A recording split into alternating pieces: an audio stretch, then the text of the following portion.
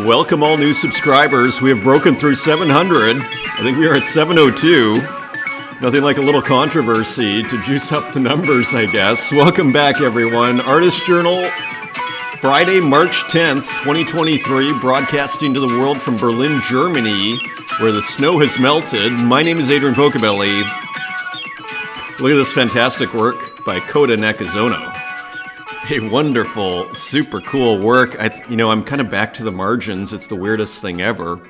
I talk about that with Santiago's kind of Pollock-like pieces. I was talking about it with Michael Micasso's piece, and shout out to Michael Micasso. This is gonna be a shorter episode, and that's for you, Michael, as well as for me and everybody who's involved here. But this great margin here, this chunky pixelated margin, it really just, for me, it just sets the stage so beautifully. And there's just something about this piece that is so attractive to me. And there's a lot going on. It's kind of distilled a lot of what Kota has been doing. And we'll take a quick look at just kind of the big picture on his page there. And even these great brush strokes, kind of like, it distills like the augmented reality, biomorphic forms. But I don't know what it is. Sometimes white as a color in painting or like really light colors can be extremely powerful.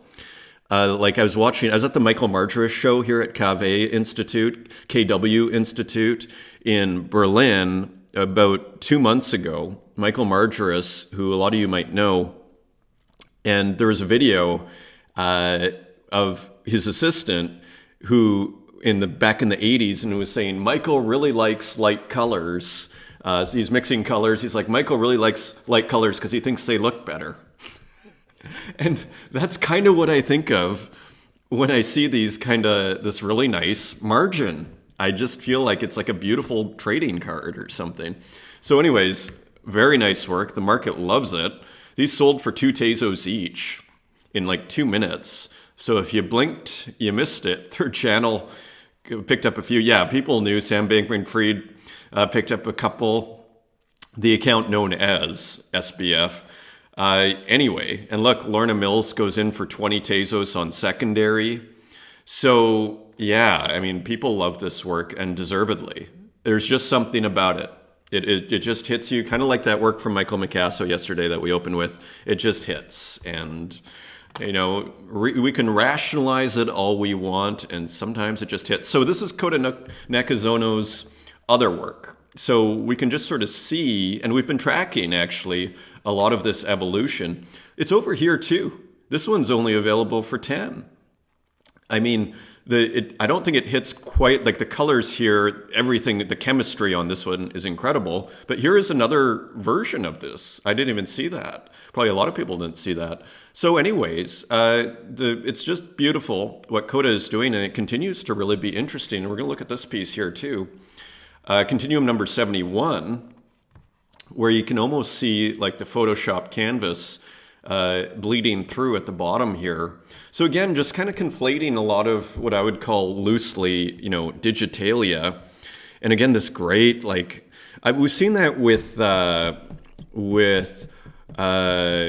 what is the name of that wonderful artist that works on, I'm not going to say the artist, because I can't believe I can't remember his name, but these beautiful gradients that kind of work as the frame. So anyways, this is beautiful. And interesting. And again, just conflating all of these different elements, again, kind of reminiscent somewhat conceptually to Santiago's work, where he's taking all of these different digital elements and kind of smushing them together, processing them through his little meat grinder, digital meat grinder. This is a slightly different approach. But again, I feel like conceptually, as different as the works are, they still, they could hang in the same show, maybe a couple of rooms apart. So anyways, Kota Nakazono, some really cool work. Big shout out to a couple of people here. First to People of Tezos, Piero at People of Tezos, who runs a very tight ship. It was an incredible experience from start to ending, from him approaching and inviting people to People of Tezos like myself, and I was thrilled to be invited. And it was just such a smooth communication. from the very start, him suggesting I put out a tweet, just all of it. He shepherded that whole process, and I didn't even bring it up. I think they were at the top. Let's just look here. I don't know. Yeah, look. And then so Shepherd's a beautiful process, and then people of Tezos has raised 10,865 Tezos at the top of the charts. So not only runs a beautifully communicated, organized operation, and then to cap it off, the cherry on the icing on the cake is you're at the top of the charts. So I just can't say enough positive things about Piero at people of Tezos. Just in my personal experience here. And big shout out to Marching Square and to all the bidders here. I was thrilled to see people bid on this work and everything. So I'm just really pleased. And I looked at Marching Square's account because I wasn't familiar with it. And I'll show you what I found. So generative artist, software engineer. And it's like, okay, cool. Like a lot of generative art. And there's 12 pages. This is the first page, and here's some of the more recent generative art. And I thought, okay, this is cool. And so I'm like, what about the Twitter? And then I go to the Twitter, and this is a lesson to all of us. Generative artist, object.com co-founder, right? So we've been discussing this for, we discussed it on the Spaces a few weeks ago. You never know who's watching, right? And so how cool is that? Object.com co-founder is picking up the work. So big shout out to Marching Square. Thank you. It makes my day. And I think it's just totally awesome. One of the co-founders of Object so that's super cool. Again, moral of the story for all of us here is you never know who's watching, right? Continuing on. So back to this Claire Silver thing, which hopefully we can just kind of tie a bow on today and, put it behind us. Pelizard Volpido actually just put out this comment, and I thought I wanted to share it, and we have a couple of more as well. People have different reactions to the whole thing, and so let's just get into it quickly here. I love your show, Adrian, but I think you're being a little too harsh with Claire Silver here. First of all, it must be said that the Louvre is not a contemporary art setting. Those who run it often despise all contemporary art and do not even consider it art. Now, the point here, I think, is that Parisians don't go shopping at the carousel. That is for tourists who have just been to the museum.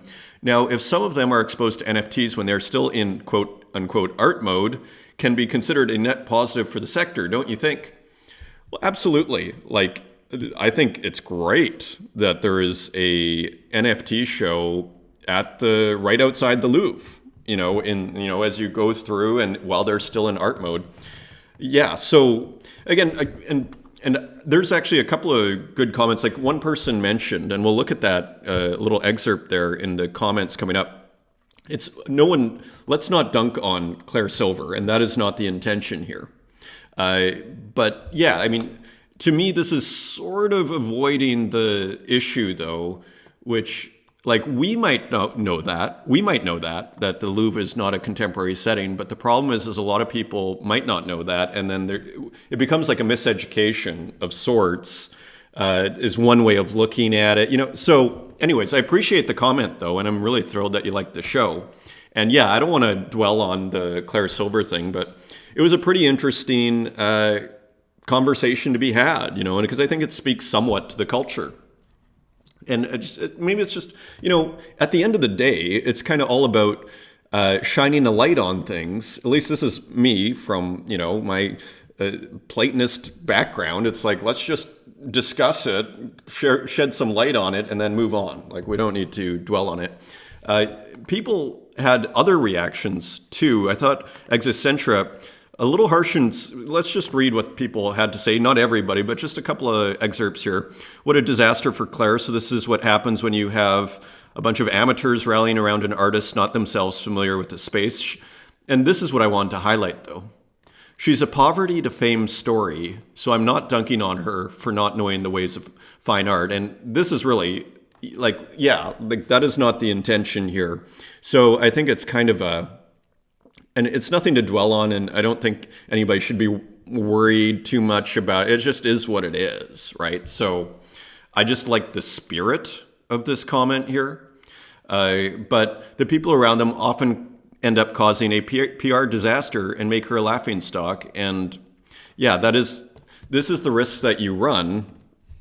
Back to Pelizard. I mean, this is why it's important to be accurate. And this could be even just a good lesson that Claire might think to herself, like, okay, I need to make sure I get my communications in order, And so anyways, and there's Todd Levin here. This is the equivalent of the nice restaurant. I mean, this is a harsher comment inside of MoMA called The Modern, asking to display your NFT on a wall near their diners, and then you claim your NFT was exhibited at MoMA. And frankly, it's hard to disagree with the logic of this. So that's kind of the issue, I would say, to Pelizard. But yeah, so let's just tie the bow on this. And if nothing else happens, then nothing else happens. Of course, if something does, I'm all over that. Anyways, thank you for the comments, everybody. I learned from that, especially, again, I really like that sentiment, like, especially if she did come from poverty to fame and like, yeah, I don't know the stories though, so I don't know the background there. Will Disposed, I think is how we pronounce that. Cherubs. Remember, perhaps yesterday, I was trying to remember the name of these kind of Cupid-like figures. They are called cherubs. So thank you, Will Disposed. And, famously in this Raphael here, and we're going to look at the big one in a second, a celestial winged being with human, animal, or bird-like characteristics who functions as a throne bearer of the deity. So so that's Encyclopedia Britannica. It's interesting how Google is actually using Encyclopedia Britannica here, because then Wikipedia is underneath it. A cherub is one of the unearthly beings who directly attend to God according to Abrahamic religions. So interesting. And then this definition here is from Wikipedia. It's interesting to see how Google presents these definitions, isn't it? So this is in the Sistine Madonna. Now this painting here, it's a late Raphael, later. Raphael died in 1520 at age 37, from my understanding. And so the painting was commissioned in 1512. So Raphael died in 1520, and this was commissioned in 1512 for the Church of San Sisto Piacenza, and probably executed 1513, 1514. The canvas was one of the last Madonnas painted by Raphael. Giorgio Vasari called it, quote, a truly rare and extraordinary work. So this work here, and I brought up a big version of it, it's actually at the Gemälde Gallery here in Berlin. And Gemälde is German for painting. So if you ever visit Germany, the Gemälde Gallery is often where you'll find the old masters and that sort of thing. So this exists here, and you see the mastery of Raphael, even the treatment of the baby Jesus here. And I mean, you see the influence of Michelangelo too. I mean, in this almost muscular, I would argue, who knows? And here, of course, are the cherubs. So the adjective that often gets used for Raphael is sweet. And you see the sweetness here in the sentiment and just all of it. Look at this. I mean, this is kind of a very famous kind of, profile, let's call it, in Raphael here. And you got to love, I was almost thinking this is almost like a Tezos work in the background with these ghost-like figures. And look at St. Barbara, just immaculately painted here. So anyways, that is just, so there they are at the bottom, because we often see this cropped. It's in the Sistine Madonna, which is actually in the Gemälde Gallery in Berlin. Also on the Renaissance tip, obliquely here, 0009.eth, here's another useful bit of info I learned early on from one of my mentors. If you're a digital artist, flipping a canvas in Photoshop Illustrator or using a mirror as a trad artist while painting or sketching can be helpful for improving the composition and perspective of your art. So I do believe if you go in Leonardo's sketchbooks, actually, they're often kind of these, you'll find books in the bookstore where they'll group all of his notes, say on painting, and his notes on engineering, which is very convenient. I believe in the notes, this is a Leonardo technique where you turn it upside down and then you see how it works. And you see, like, how does the painting feel? Is it balanced? Just as to get a completely different view on your work. So 0009 has kind of a similar idea where you flip the canvas, I assume like 180 degrees or just kind of horizontally. So interesting. Very interesting. And here's the lenticular print. I feel like this might be another image of it, so I thought it was kind of interesting. And this reminds me, actually, I'm reminding myself here, I went to a generative art exhibition in Berlin yesterday. I hope I remember. I have the images ready to show you. So I took a few pictures for the show, actually. Anyways, so here is that lenticular print in action again, and just super interesting by Stalamir. Also, Mikey de la Creme, also known as Mikey Wilson, his event, Camp Creme, is starting on Monday. So March 13th to 17th on object.com, Camp Creme. So a wonderful collector, community member, great guy. What is Camp Creme? An open invitation to the entire community to mint a piece of art that is based on the camp aesthetic as defined in Susan Sontag's essay, Notes on Camp. So in my, universe, this is an awesome opportunity to read this essay. I don't think I've ever read it. I haven't had a Susan Sontag book in my library for actually probably 10 years, but I used to. I think it was on photography. So anyways, he even provides a link to it, so I just think that's great. And camp will be open March 13th to March 17th. Simply mint a piece using the hashtag CampCreme during those dates to join the fun. Decide your own edition size pricing. And there's going to be works by Bazaya, I Am the Astra, Lily Illo, Von Doyle, and Moda MT. So how cool is that? Speaking of cool, so Lily Illo is minting on Cardano. How crazy is that? So I guess they have, I don't know enough about Cardano that I didn't realize they actually had working, I guess I did kind of have a vague idea that they had working marketplaces, but look at this. Let me just show you. Honored to be on the homepage of Dropspot.io today with 2 new works I dropped this week on Cardano for IWD 2023 and NFT Like a Queen. Dresser Reflection was collected by a wonderful human. Please reach out if you see this post. So super cool, and these look beautiful. So congratulations to Lily Illo, and how cool is that? I mean, I was just thinking to myself, yesterday I was looking on, I think the U-Bahn there, I was just dot NFT marketplaces, and I didn't really find anything that I felt like I could mint on, Polkadot, I mean, but I'm, just like she's on Cardano, I love this idea of whatever cryptos you think might, really do well in the long term, of kind of being one of those early people in. And even if not, I think it's kind of fun to just here's a few works on Phantom. Here's a few works on Cardano, little series here, little kind of just add some spice to your whole, oeuvre, as they would say. And you can probably guess the artist here. Die with the most likes is announcing, or I don't know if announcing is the right word. First look at Escher XYZ logo, so a little bit of satire, I assume, discussing in Con Air right now. So anyways, Die with the most likes, I believe, based on this tweet here, is going to be launching an edition, and there you can see it right there, on Escher. And I've never heard of Escher, so Elevating Editions coming soon, powered by Tessera. And so, yeah, I don't know anything about this, but it sounds interesting, so I'm just bringing it to all our attention here. And so there it is. So a new kind of edition platform. So interesting. So we'll see what happens there. I went to the website, and this is it. So they're keeping things under wraps right now.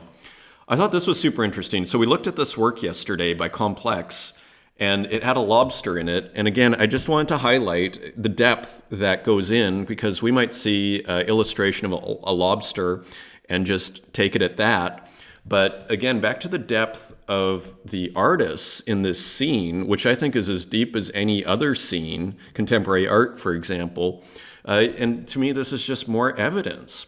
The delicious main course is lobsters. And here's this person at their Sotheby's auction on top of it. The delicious main course is lobster, a popular motif in art history symbolizing indulgence and earthly delight. The vibrant red of a cooked lobster, while often irresistible, also represents the transition from life to death. So pretty interesting. And I went back to the auction just to see what's going on, and it's actually pretty interesting. So this is in Hong Kong dollars here. The new Vanguard curated by NFT Asia, and One Don't Knows already has a bid meeting the reserve, 25 bids actually. And so this is at 16,000 Hong Kong dollars. So I actually brought up what that is. And 16,000 is $2,038 US. So, I would say relative to super rare prices that One Don't Knows is sold for, which I think is up to 3 or 4 ETH, maybe more. So that's $6,000 or $7,000, and maybe has done more than that. Right now, it's $2,000 at Sotheby's and accepts crypto. So what's so hilarious about that, in my own mind, is you could actually bid on a Sotheby's auction if you're in that kind of collector tier where you're willing to spend thousands of dollars on works. And so I just thought it was really interesting to contrast the financial side of things and with, say, super rare, because some people think of, we were talking about Foundation disrupting super rare. Some people think of super rare as disrupting Sotheby's, right? Everybody's getting disrupted here. And here's Complex with 17,000 Hong Kong dollars. So maybe I'm guessing 2,100 US with the full-on lobster work there. So super cool and interesting. Just a couple of other kind of markets stories. Again, I love the markets here, and the financial side of things I find fascinating. So Sabato, what ETH lacks in community love vibes, it makes up in valuation, lol, which is why artists keep coming back. Here are the numbers. 20 editions of Garçon were minted equals 0.4 ETH. I'm excluding the 5 editions I minted for myself. Okay, so 20 for 0.4 ETH. Considering there was a 10% worlds fee and a 5% platform fee per transaction, that left the open edition with 0.34 ETH, which at the current crashy exchange rate is $480. Translating this to Tezos. So we're looking at the difference between buying editions or selling, actually as an artist, on ETH versus Tezos when you start to factor in everything. A drawing exercise with an edition of 20 would go for 24 Tez each if you were to translate the ETH situation here into Tez. My last drawing exercise sold for 7 Tezos a pop for an edition of 21. So basically he's saying on ETH, you're getting more bang for your buck in terms of you're getting more money for each edition, right? Y'all getting a really great deal here on Tezos, not to mention when you factor in gas fee premiums on ETH. And I think we mentioned this yesterday. This is kind of ETH's Achilles heel. It's like, and they did the upgrade and we're still getting gas fee issues, right? So, and that is the alpha on DOT, from what I understand. And I think I mentioned this like 30 episodes ago. From what I understand, I watched Gavin, I can't remember, Gavin of York, the guy who programmed or put the programming language for Ethereum and who's behind DOT now, I think the CTO maybe. At the end of an interview, he was basically saying the real magic of DOT is you're not going to there's going to be a way for you not to have to pay fees because of these kind of layer 0 situations. So you can just use it like the regular internet and there being no fees. So that's why I'm curious about DOT, because if that's the case, that could be a major, a major disruption, to use a cliche here, in the crypto space. But I'm getting off topic here. Anyways, so there's Garçon, and just interesting to compare the finances. And finally, this work here by Yuri J went for 300 Tezos, which is a pretty nice price here, to Dan Cube. So interesting situation here too, because I think a lot of us, wonder, okay, what are the best ways to sell your work, especially a one of one? Created an auction for 200 Tezos, no takers, lists for 300, and then basically 4 or 5 hours later sells. So interesting. So Hangout by Yuri J sells for 300.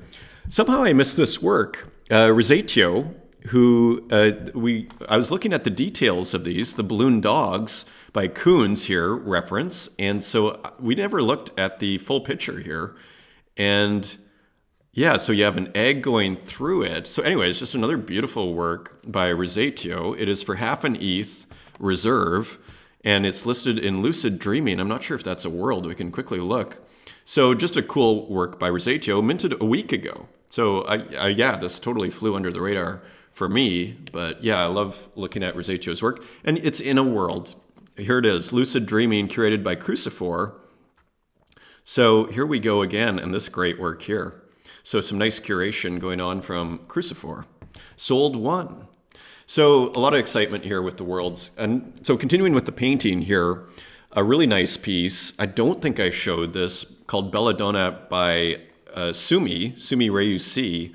And again, I might have looked at this on Twitter where we see that kind of AI looking rainbow. We may have looked at this, but for some reason it was minted as a 1 of 1 here for 777, and I just don't remember that. So I'm showing it here potentially again. And so anyways, a really cool Sumi work for 777 Tezos, which it looks like Tezos is below $1.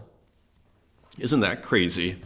The crypto markets move so fast. Shall we look at CoinGecko here and look at Tezos really, really quickly here? Don't want to get off topic, but it looks like we're below $1. 97 cents. So that, so that came down pretty quickly in the last couple of days there. It was just at $1.20 not that long ago. So the volatility of the crypto markets continues. Basquiat, a work I think I missed by Bazaya. So kind of a tribute to Basquiat, one would think. And this sold for 0.2, so pretty good deal for Renaissance X, who won this who won this auction for Bazaya's tribute to Basquiat. So super cool. Gotta love the glasses and this great background. I love the colors, and a really nice tribute too, especially in the hair there. So super cool. So I was curious. I thought I hadn't seen Bazaya for a while, just another work I missed. GloomTube put out a work. This was pretty interesting. So actually a surprisingly complex work, we might say. So here you see these guys fighting in a Target parking lot, and we'll look at the title here in a second, and you see the selfie stick. So let's go back. Target audience, or chat snitches on a live streamer. So I was trying to figure this out, and I think I know what went on. So these look like Target employees, right? And they're getting in a fight with this live streamer here, who seems to be the guy with the phone and the other, the selfie stick here. So this is probably the live streamer. And I'm assuming, based on the title, that the people in the chat for this guy that's streaming let Target know that this guy is streaming inside of Target, and then they're throwing him out or something like that, the guy with the Crocs. So anyway, pretty complex work here. A lot, as far as what we might call narrative painting, there's a lot going on in this painting. There's a lot of story in this painting. And I think here the title is essential, because if you don't know, you would never know that the chat snitched on the live streamer from the image. So the title fulfills a very important function there. A couple of other works by GloomTube on Foundation. And I will continue to run through the episode here. This sold for 0.37 ETH, so in an auction, and this was March 6th, so I believe I missed this. Actual Nightmare is what it's called, almost like a trading card. So interesting works being put out by GloomTube on Foundation, this 55515. Kind of mysterious, isn't it? This sold for 0.33, and this is on March 10th, so this is this morning. And this is actually still for auction. So GloomTube is starting to catch a bid, you might say, on Foundation. Now that people know he's out there. That first person, I think, got it for 0.2, got it really cheap. The first GloomTube there, I believe. Or this one here. So maybe it was in between at 0.22. Anyway, interesting kind of trading card-like works with this 55515 from GloomTube. So super cool. This is like the work of the episode of Missed Works. Here is one from MemoCat, and this was listed January 31st, and I don't think I ever saw this. So only for 0.1 ETH, and MemoCat, of course, is a great painter, digital painter on the Object platform, and also has great works on foundation. And here's another one, and this interesting heart here. So anyway, 0.1 ETH, and this just totally flew under the radar here. Sometimes Satan is your own mind, but you have a beautiful heart. Let your heart speak and determine the path. Don't let the demon control you. Hand drawn, 4,000 by 4,000. So cool work as ever. Speaking of cool work, Apocalypse by Ed Marola. Love the colors in this work. There's something about this work. It's sort of like Ed Marola's, all his tropes, for lack of a better word, all his little stylistic ideas, the kind of JPEG, the artifact-like pixelation, or pixel art with artifacts in it, almost kind of blurred out in different kinds. And then the color, it's not your typical purple, right, of Ed Marola. So, the color is really great. And then you see the whatever you call this gradient, these pixel gradients that is escaping me right now. It's a word I totally know. But anyways, I just think this is a beautiful work. And then it's called Apocalypse. And then you have these, skulls and monsters and everything. There's almost something kind of cave painting like in this work. It's almost like, and you even get like the rhinoceros, here. This almost looks like the Cave of Lascaux with like the drawings on it. Those astonishing caves there. And here's a big monster. It's kind of reminiscent a little bit, hey? So anyway, it's just a really beautiful work here. Edition of 50 for 4 Tezos. And yeah, so just really, really attractive work. A Tez Noun by Uxine. So this is at auction. This is a 1 of 1. So the Tez Nouns have been doing really well.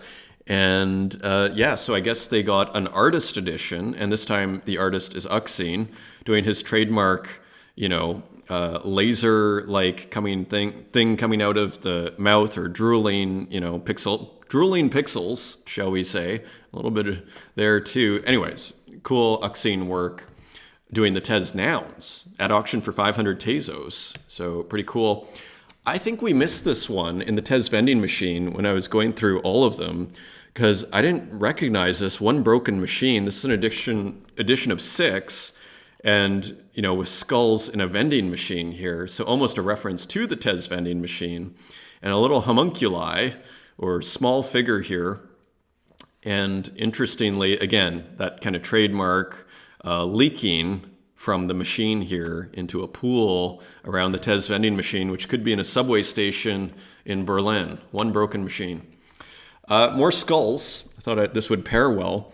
So Slave Angel with a edition, I believe, because we see the multiples here, on foundation, click round, and this is very cheap at 0.0069 ETH, 3 minted only, and 4 hours left.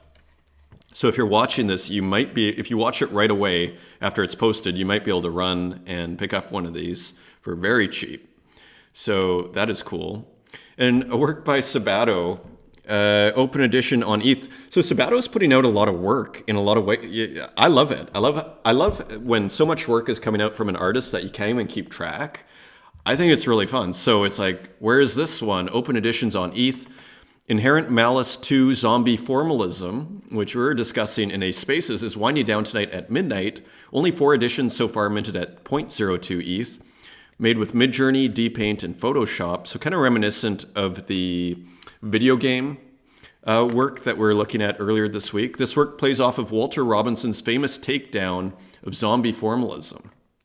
So yeah, this was a controversial art movement. And so here you see Sabato's piece, and actually I think here is the edition, Zombie Formalism. Total minted 6, this ended 6 hours ago. So 6 were gone, and we'll look at it very quickly. If it loads up, we shall see. And we'll just try one more time here.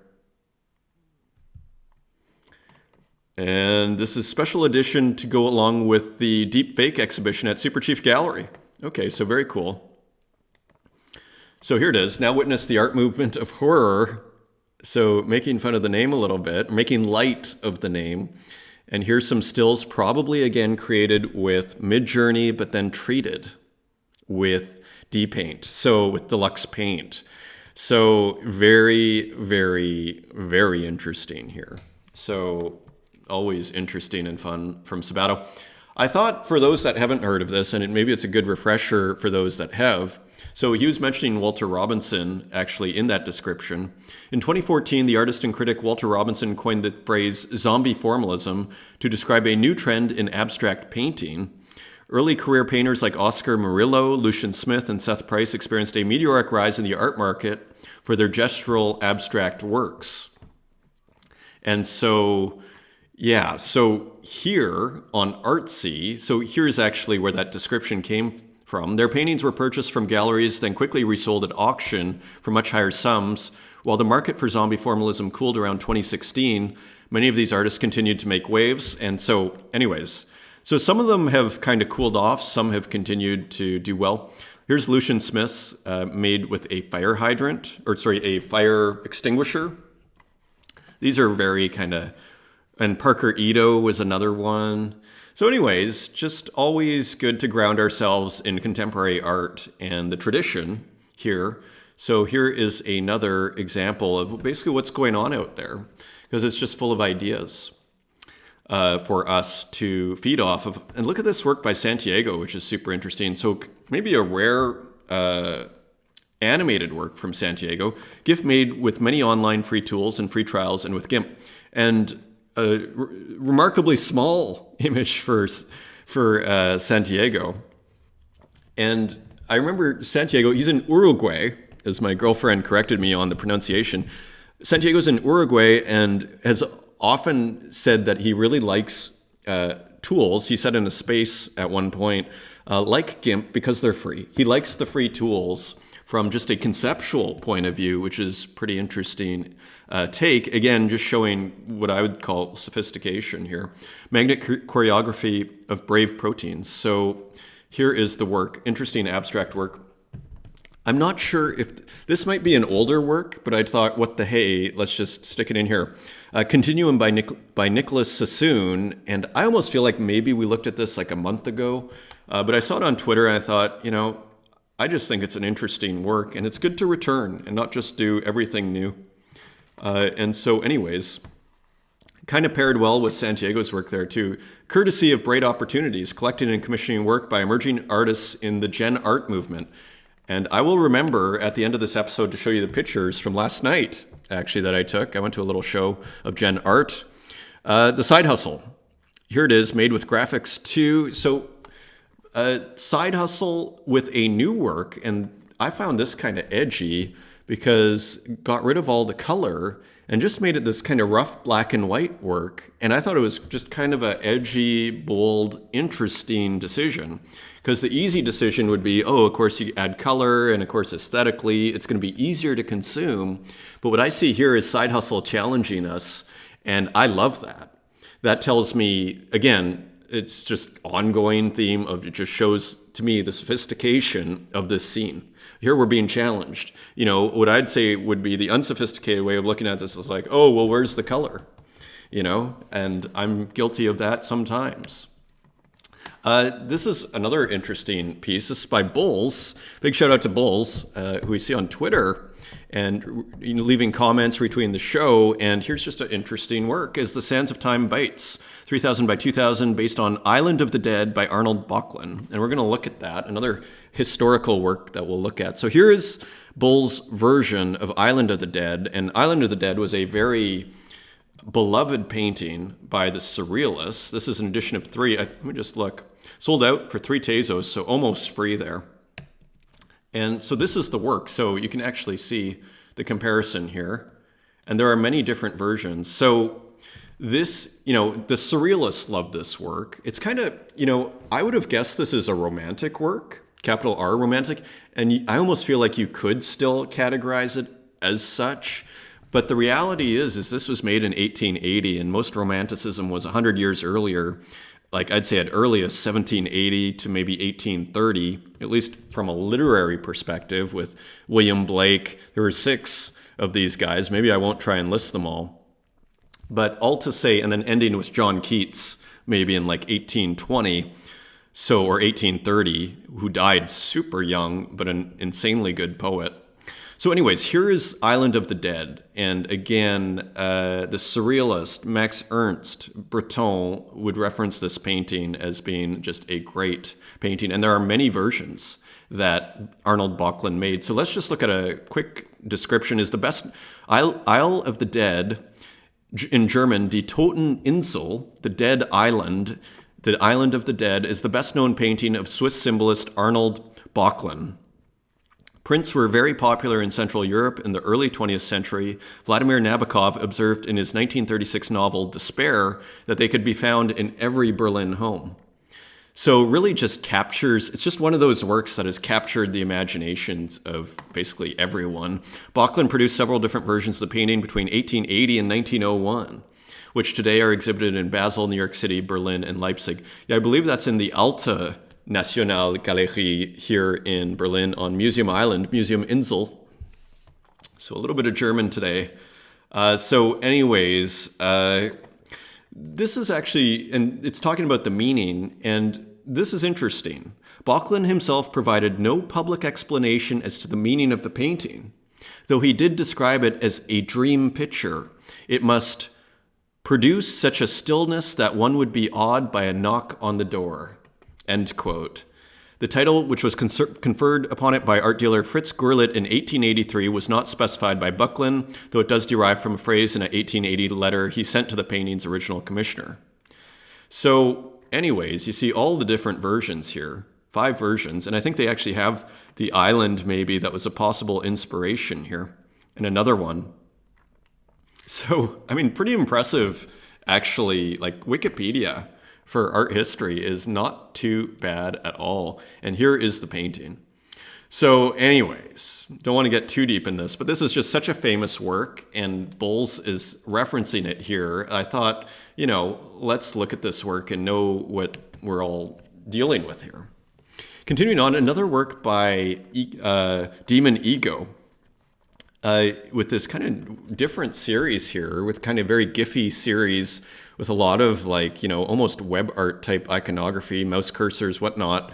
So anyways, just another interesting work, Hallucination of Living in the Belly of a Monster. And I see I'm gonna run through the rest of this episode, P1, with just a cool pixel art work here. Dithering, that is the word I am trying to remember. Dithering, with some nice dithering in the background there. So just another cool work by P1. Flora Marquez, the latest. I will take care of a plant that my grandmother used to take care of. And again, just super fun. And the plant and the table are coming to life. So super cool. Again, probably sold for 17 Tezos to Not a Number. Shout out to NAN and Padrino. I missed this. This is the episode of Missed Works. March 3rd, a self-portrait PFP for Creme de la Creme and the Vanguard. So there is Padrino, upstanding member of the Tezos and NFT art community, who has begun making works. So here is a self-portrait. So very cool. Interesting pattern in the background there too. So nice illustration. Ex-Mortal with another work. And of course we saw that awesome Polaroid yesterday. And now we have someone sitting cross-legged at a TV. So playing a little bit with the, I don't know if I'd call it symbolism, but just with the concept here. And then a hand reaching out. So almost like this is no longer just an object. There's a bit of a narrative here, is what I'm trying to say. So just kind of interesting. Tezos comes back with a new modern furniture series, another future dinner table. So this is similar to the last one, but different. Future Dinner Table 2 for 5 Tezos, edition of 35. And they are selling. So 22 left. Get it while you can. Another modern furniture work from Tezos, which we love. Jose Gasparian, who collaborated with MCHX on this work here. And I thought it was really interesting to just see on the series. And I thought it was just really interesting how they're showing it on an iPad, which I think is really cool. And so half of them have been minted, so there are still some left at 12 Tezos a piece. So that is on FX Hash. And here's a work by Don't Be So Vasya. So maybe Vasya, Don't Be So Vasya. This was just a GN, good night, and I'm not sure if it's new or not, but I've never looked at it here. And again, kind of reminds me of don't know if it's Varia, who does kind of a combination of digital painting with sampled brushes and AI, almost has a graphica.png look in the cloud. So anyways, all those artists I'm starting to group together in my mind because they just seem to go beautifully together. And we'll look at graphica.png in a future episode for sure. We have to keep up to date on what they are working on. Sabato and Sky Goodman collaborated, so that is exciting too. Sabato all over this episode, tread on everything opalescent highs. So a Lost Sneaker collaboration from two of the very well-known artists on the Tezos blockchain here with a beautiful color. Look at this interesting. So I wonder if, this is my guess, is Sabato probably glitched out this bottom area. How cool is that? So, you know, two artists that work with Glitch and Sabato, that's a pretty cool idea. Where if Sabato just wants to remix and then maybe just plays with the file a little bit, I mean, pretty cool. Data bent, right? WebP image format data bending glitch by Sabato Visconti. So pretty cool collaboration, sold out.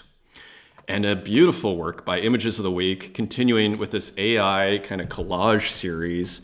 And again, just creating these kind of Robert Rauschenberg-like compositions here is what I see, but totally original. And I just think these are gorgeous. And I think these are still available, 5 Tezos, edition of 6. There's one left, so maybe I'll pick that up. Let's see. Lily Illo. So this finished, I believe, this work here. We were looking at it in progress. So again, it's really cool to see an AI artist in progress. So Lily Illo continues to make just beautiful work with beautiful colors and just beautiful combination of shapes and everything. So it's beautiful. A most brave man, finito. So it is finished. Shout out to Lily Illo, who is also all over this episode. And here, a preview of the new One of One going to auction on Tuesday, the 14th of March on object.com as part of the Camp Creme with Creme de la Creme. Description of this piece below. So there it is, and just another beautiful AI work from Lily Illo. Great colors. AI Pathway, so Lightness by Ilay. This is another work by Ilay with these beautiful, beautiful textures here, working with the circles. So this is still available, low edition of 10 for 2, and there are 2 left. So pretty nice work. And Kant posted this work by Ivano Muvt, Ilya Muvt is the name of the artist. So just a cool work posted by Kant, who you'll often hear from in the spaces. Shout out to Kant. And yeah, just really cool AI work. It looks like tapestry or something and almost has a classical feeling to it. So this is some of Ilya Muvt's other work. So just a really cool artist. And that is almost your show. Let me just show you very quickly the show from yesterday. So Bright Moments, this was a lot of work of FX Hash, I think was on the screens here. I didn't really know anyone or anything about it, but I came in, had a beer before going off to watch old Elvis Presley videos at a friend's place in Las Vegas, which are epic, and I highly recommend. Anyways, Representing Abstraction was the name of the show, and this is part of Berlin Gen Art Month. So that's pretty cool with FX Hash, D-Space Berlin. So anyways, here is just a little bit of the show and how everything was shown and everything. So just a little taste of Berlin here. And with that, that is your show. Have a great weekend, everyone. Thanks for everything. Keep it light. Until next time, take care.